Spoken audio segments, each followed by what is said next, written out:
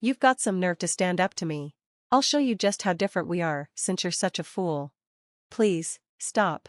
Before I knew it, my mother-in-law, Sandra, was laughing while cutting up my clothes that were really special to me. She then threw them onto the floor. That was a gift from my late mother. Oh my God. My name is Luna, and I'm a 30-year-old housewife. I met my husband, Nick, through some university friends.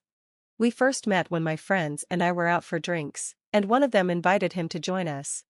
After that, he asked me out a few times, and we eventually started dating. We got married and were happy together. 2 years later, our son Tim was born. He's 4 years old now. I thought I'd get to enjoy a peaceful life watching my son grow up, but something happened that turned my life into a nightmare. That something was moving in with my in-laws.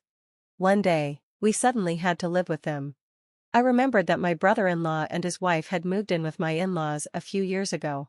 But to my shock, I found out they had already divorced, and my brother-in-law was now living alone. Even Nick didn't know about it. Apparently, my in-laws never mentioned it because we never asked. I thought it was strange not to share such important news with family, but since we only saw them during New Year's, maybe they had planned to tell us then. At first, I didn't have a bad impression of Sandra. Whenever I visited, she wasn't exactly friendly, but she never nagged me either.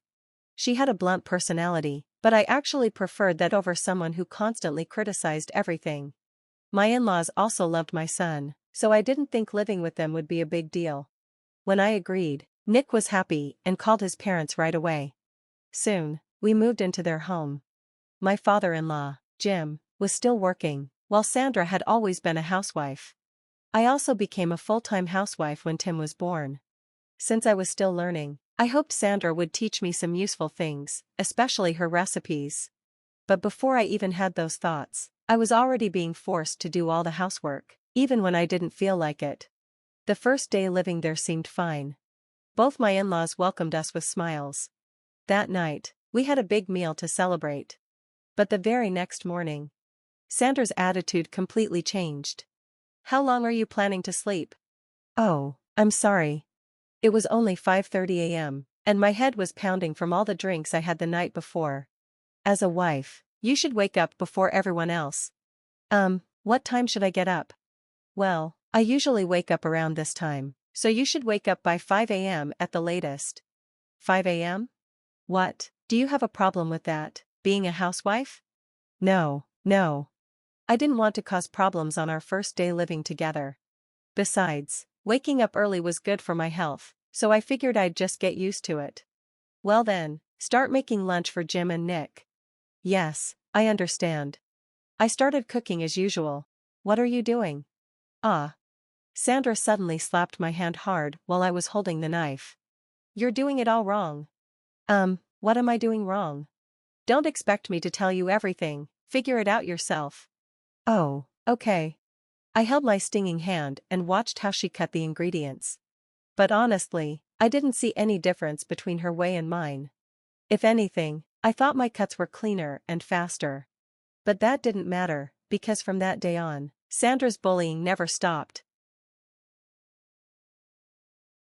Sandra would get angry at me over the smallest things: how I cleaned the house, how I seasoned the food, how I sat, or even the pattern on my socks. Her anger was unpredictable, like a volcano that could erupt at any moment. I was terrified. Every day, I walked on eggshells, trying not to upset her. It was so stressful that I finally told my husband about it. But he completely missed the point. "Mom is just trying to help you, you should be grateful." No matter how much I explained, he wouldn't listen. He thought I was just complaining. At some point, I started to bottle up my feelings. I convinced myself that if I just endured it, things would be fine. If I stayed quiet, the house would stay peaceful. All I had to do was be patient. 3 years passed like this. Sandra kept bullying me, but since I always apologized, she wasn't as harsh as before. But then, something terrible happened. Something I never expected. It happened in the living room when my son, Tim, was with Sandra and me. Tim wanted to watch a cartoon and asked Sandra if he could change the channel. But Sandra refused because she was watching her show. Tim frowned slightly but said, "Okay." Sandra didn't let it go. Hey, Tim, what was that face you just made? Huh? You frowned, didn't you? Then she said something shocking. I am the second highest authority in this house after my husband, Jim. You and your mother are the lowest. You are in the weakest position, so how dare you frown at me? Tim started crying. You're a boy, and you're crying? How pathetic. I'll teach you a lesson. She raised her hand to slap him. Stop, please stop. I pushed Sandra away. You dare lay a hand on Tim? Sandra looked shocked for a moment. Then her face turned red with rage. Do you realize what you've just done? She stormed off. A few moments later, she returned, holding my clothes and a pair of scissors. A terrible feeling washed over me. Sandra, you've got some nerve to challenge me. I'll show you the difference between you and me since you are such an idiot. Please, stop it. Sandra started laughing as she cut up my clothes that meant so much to me. Then she threw them on the floor.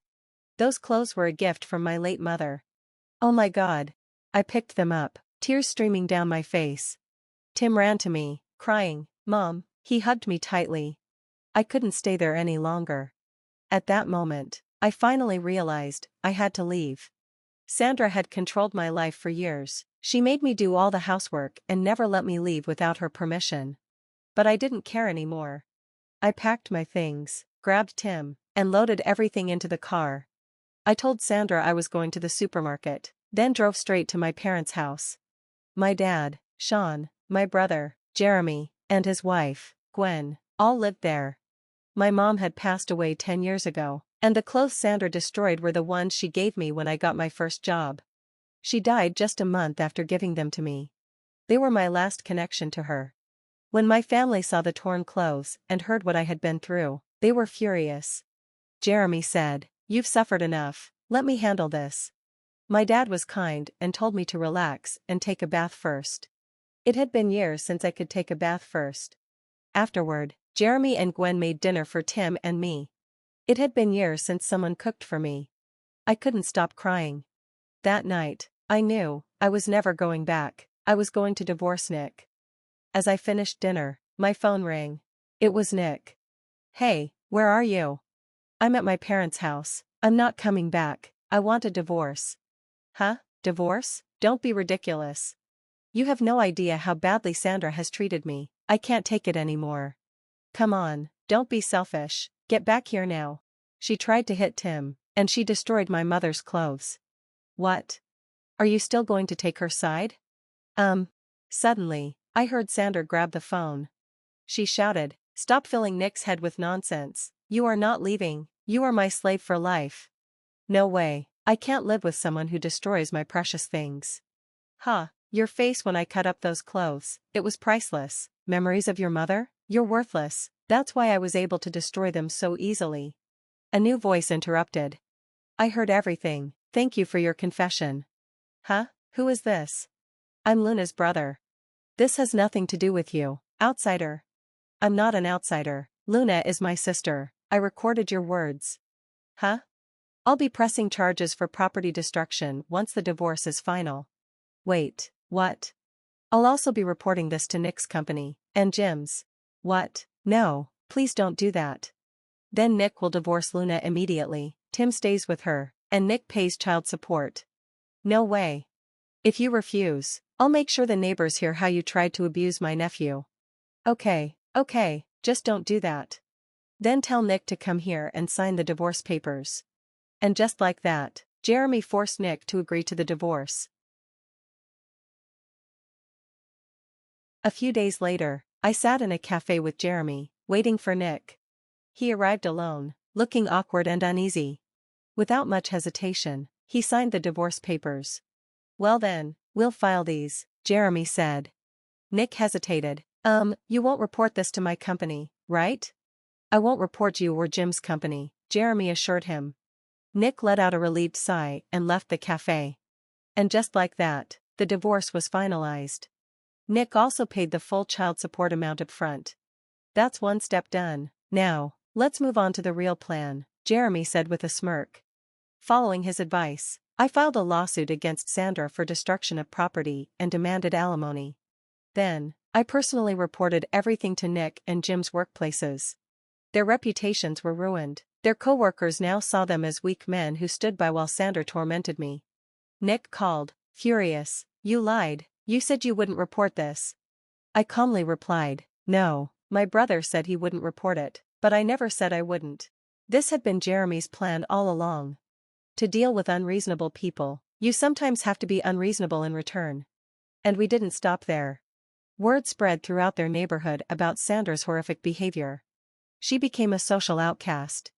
People whispered whenever she walked by. Mothers clutched their children and steered them away from her. Over time, Sandra became depressed and withdrawn, too ashamed to step outside. It felt good to finally get justice. Meanwhile, I moved back home, found a new job, and embraced my new life as a single mother. At home, Jeremy, Gwen, and my retired father took care of Tim, showering him with love and support. Tim thrived in this warm and happy environment. I couldn't thank Jeremy enough. Someday, when I've saved up enough, I'd love to take my whole family on a well-deserved trip.